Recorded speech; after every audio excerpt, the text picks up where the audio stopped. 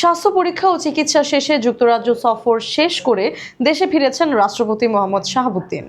সোমবার 18 মে সকালে তিনি দেশে পৌঁছান বলে বঙ্গভবনের প্রেস উইং নিশ্চিত করেছে।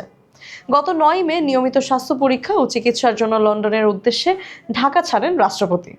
বিমানবন্দরে তাকে বিদায় জানান আইন, বিচার ও সংসদ বিষয়ক মন্ত্রী আসাদুজ্জামান খান, ডিপ্লোম্যাটিক কোরে ডিন ইউসুফ এস.ওয়াই রমাদান, যুক্তরাজ্যের হাই কমিশনার সারা কুক সহ প্রধানমন্ত্রীর কার্যালয়, রাষ্ট্রপতির কার্যালয় এবং পররাষ্ট্র মন্ত্রণালয়ের ঊর্ধ্বতন কর্মকর্তারা।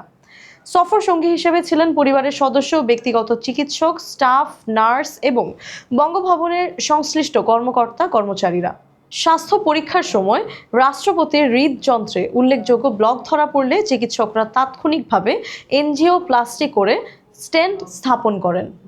এর আগে 2023 সালের অক্টোবরে তিনি সিঙ্গাপুরের ন্যাশনাল ইউনিভার্সিটি হসপিটালে ওপেন হার্ট সার্জারি করান। এরপর থেকে হৃদযন্ত্র সংক্রান্ত জটিলতার নিয়মিত ফলো আপ চিকিৎসা নিচ্ছেন যুক্তরাজ্যের ক্যামব্রিজের রয়্যাল প্যাপওয়ার্থ হসপিটালে। বিশ্বমানের হৃদরোগ চিকিৎসা ও গবেষণার জন্য পরিচিত রয়্যাল প্যাপওয়ার্থ হসপিটাল বিশ্বের প্রথম সফল হার্ট ট্রান্সপ্ল্যান্ট সম্পন্নকারী প্রতিষ্ঠানগুলোর অন্যতম হিসেবে স্বীকৃত।